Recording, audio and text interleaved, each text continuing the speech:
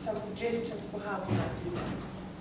The ones, we've got choices. We can select people from here with expertise and mandate them to go and participate in this scoping.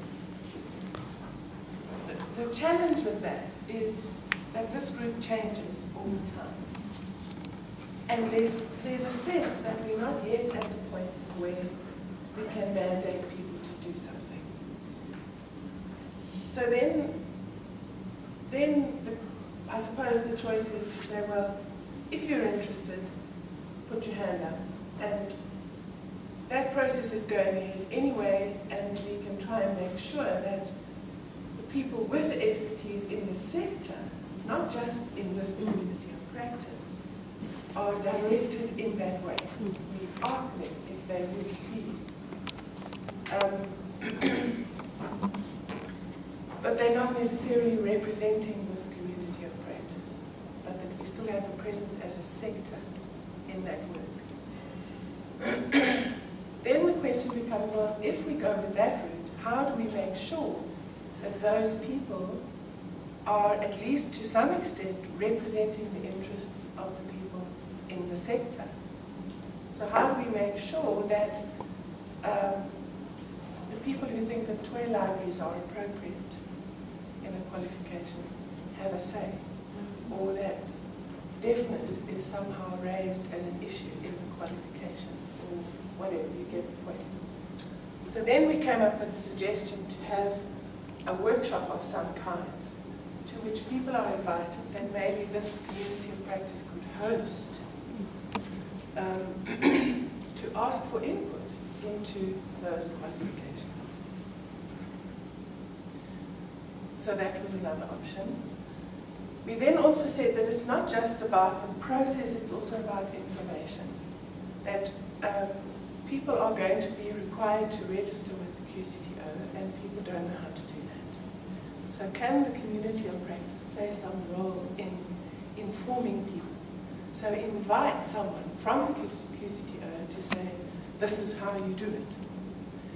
And again, ask the community to host those kinds of information sessions, if you like. There was a comment made about how it's related to the issue of professionalizing ECD, which we didn't really answer. But that led us to the question of this AQP, which is the body that we have to nominate to be the monitoring and quality assurance body for ECD. And there were a number of comments about that. The one comment was that there are some organizations that have been nominated already. The one is the ECD CoP, the other is SACE, the South African Council for Educators.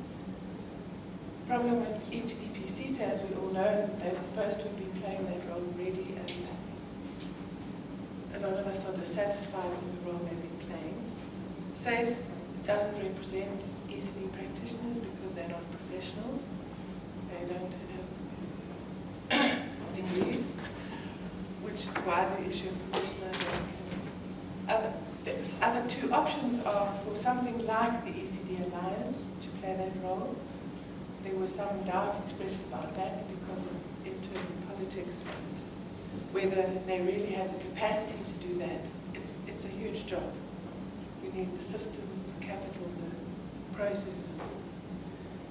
And the other option is to form a new body altogether. There was a fifth option, which is that we try and find ways as a community to hold the ECD CoP accountable in playing that role. And again, we wondered if there was a role that we could play here to do that, invite them to come and account for themselves. Or someone referred to it as, we're done beating about the bush. So that was my bit. So there are two, I just want to understand, there are two broad areas, right? The one is the participation in the scoping and And then the other is informational, informative stuff. Yes. Okay, so how do we take that, before we do your input, how do we want to take those two aspects forward? I think an easy way is to encourage all those members who are on this massive database to participate in the scoping. So all accredited training providers, and I think many of these 99 in the ECD CoP are part of COP. So even if 15 of them or 10 of them or whatever participate, at least we know that there are some COP members who are participating in that process. So in a newsletter or in an information that gets sent out to everybody to put it in, to invite them. And I think it's an absolute mandate of ours to inform them of the next scoping meeting.